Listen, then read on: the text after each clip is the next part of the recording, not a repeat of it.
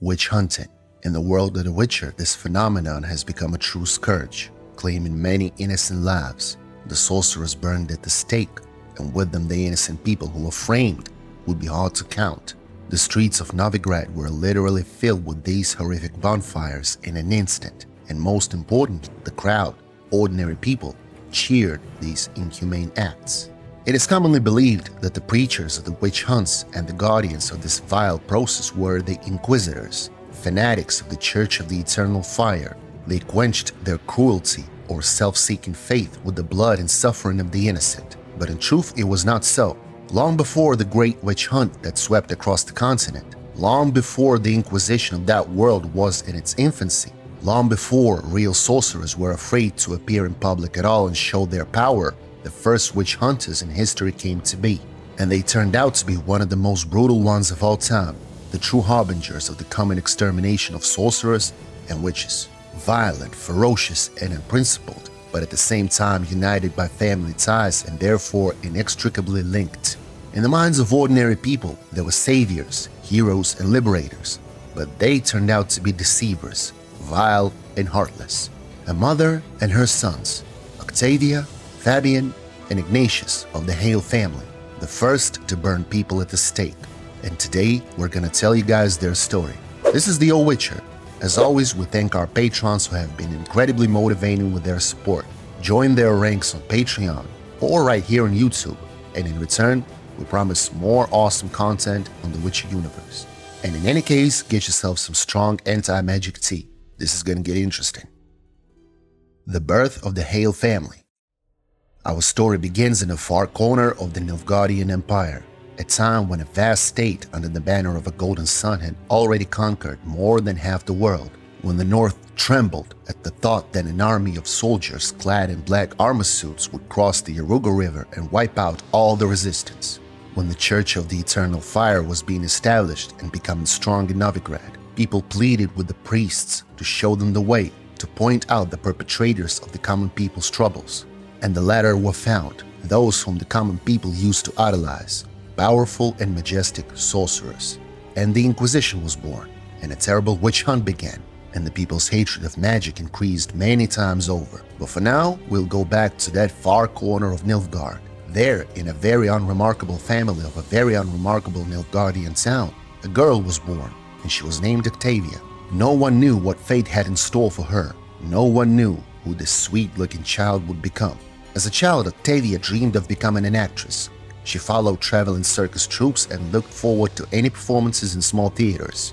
She imagined being dressed up in beautiful dresses, thought about how she would transform into interesting characters, and how she would mesmerize the audience with her amazing performance. She dreamed of applause, which she would be very pleased to hear, but her childhood dreams were shattered quite quickly. Life turned out to be cruel and more than once slipped Octavia trials that were quite difficult to handle. A hard fate changed Octavia Hale. There was no trace left of the naive girl. In her youth, Octavia also managed to get pregnant twice, and both times by men who didn't want to take on the responsibilities of a father or marry her. It changed her completely. The categories she now thought in and the principles she adhered to were far from her childhood imagination, really far. Money had to be made to survive, to feed her two sons, and in search of a last hope, Octavia traveled far to the north, to the famous free city of Novigrad. She hoped to start a new life, to gain fame and fortune by any means necessary. Really, by any means necessary. Octavia Hale plunged into this new life. She studied people, learned the situation in the city, observed the life of ordinary citizens of Novigrad, and she noticed one very curious detail.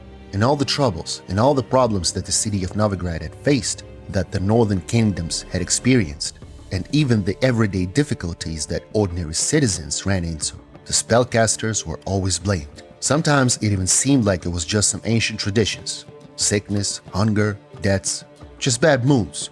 For everything bad that happened to them, people blamed sorcerers.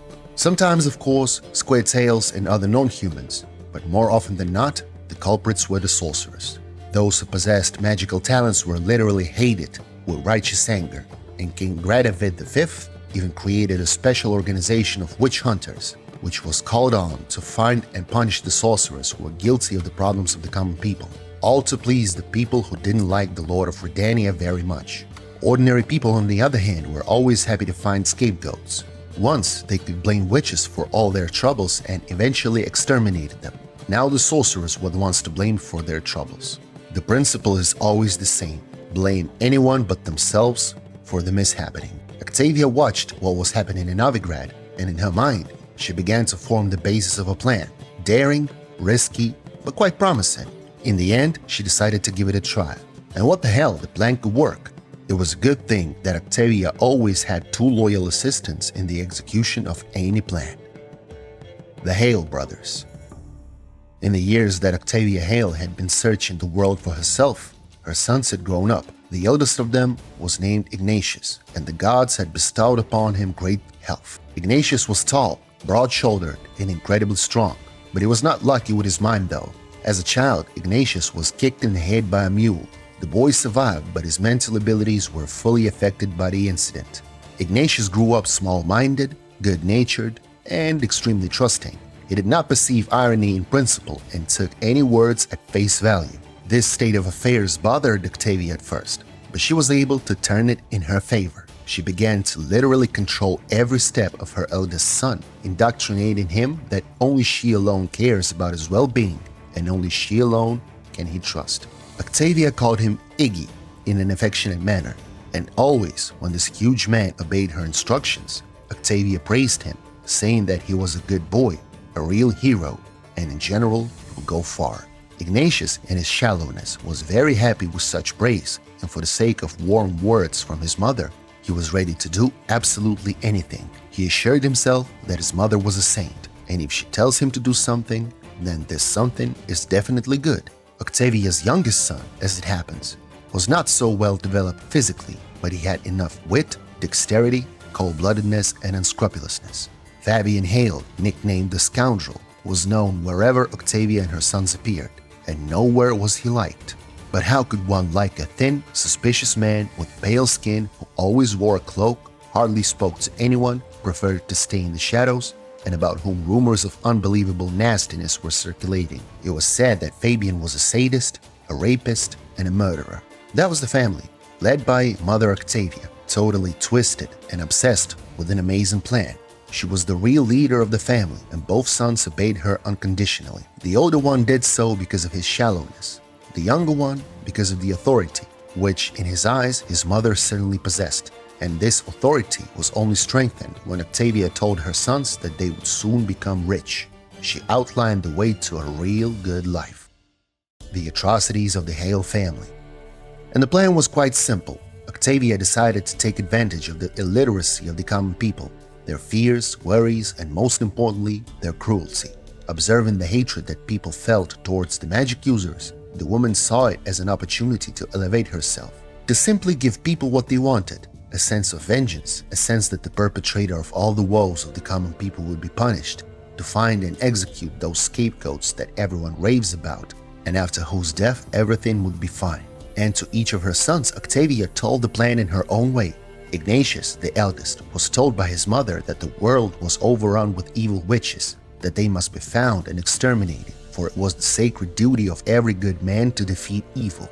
The naive young man believed what the mother said, and was literally burning with righteous anger and a desire to exterminate the witches who were repugnant to all things. Fabian, on the other hand, had a more thorough conversation. Octavia wasn't really going to look for any witches. Why mess with witches, right? She wanted to come to settlements where there were rumors of some witches. Then she had to find some suitable, ordinary female and make it look like she was the witch. Plant evidence, organize the crime scene. Then the innocent female had to be executed, and everyone would be happy. People would pay money to those who supposedly saved them from evil and glorify the great witch hunters. Fabian smiled as his mother told him her ingenious plan. He was ready to act, and he knew how to make it happen. And he wasn't afraid of retribution and justice. He should have been, though. Nevertheless, that's what they did, according to the plan. First village, second, third, fourth, everywhere it was the same. The Hales stole some Inquisitor's robes from Novigrad and paraded around like messengers of the eternal fire. They would come and announce that there was a curse on the village. People would agree. Each of them had their own problems and troubles, and each of them wanted to blame these problems on some unseen evil. Octavia was making connections with the village authorities. she got a good price for the head of the so-called witch, who was poisoning everyone's life, even without anyone seeing that witch. Then Fabian stepped in. The youngest of the Hales would find some lonely person living in the middle of nowhere. A lady, a man, ideally an old woman, or he'd find someone who wasn't quite liked in the village. Fabian then worked around the house of that person, placing around supposedly magical ingredients, animal guts, and other nonsense, setting things up so that the victim would be accused of witchcraft. Next was when Ignatius stepped in. He was sincerely sure that he was looking for real witches and heroically rid the world of evil. A huge quote-unquote brute, as people called him, followed the trail of his brother, found evidence, determined the culprit of all the troubles, grabbed them, and dragged them to execution. The mother only praised the obedient son for this, and the people rejoiced at every execution, at every solemn burning of another innocent lady or a man. The Hales, on the other hand, became obscenely rich, indecently wealthy. The fame of their craft grew, the authority grew. Finally, Octavia's dream came true. A new life, wealth, fame, and adoration. This was exactly what young Octavia had wanted since she was a child. It had come, only not through an acting tour, but through a bloody tour of violence and insane bloodshed. The sons were pleased too. The youngest, Fabian that is, enjoyed what he was doing. Violence gave him great pleasure. He did not miss the opportunity to quench his dark thirst.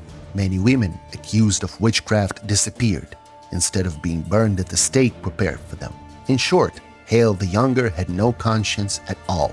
Ignatius, on the other hand, considered himself a hero and was perfectly happy with this role and with the fact that his mother praised him constantly. This is the story of the first inquisitors of the continent. The journey of the Hale family was a long one. They were able to take many lives before they were caught and executed for their crimes, having all those crimes proven beforehand. A graduate of Aretusa named Elisa Hansen did this, but during their time of supremacy, they managed to achieve everything they wished for and were able to go down in the continent's history for eternity.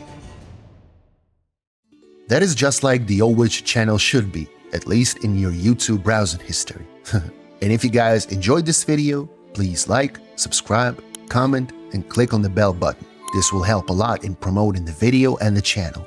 Also, do support our work on Patreon and become sponsors on YouTube. This way you guys will help our channel develop. But in any case, thanks to each one of you, dear viewers, for each view, and see you soon when the Old Witcher speaks once more.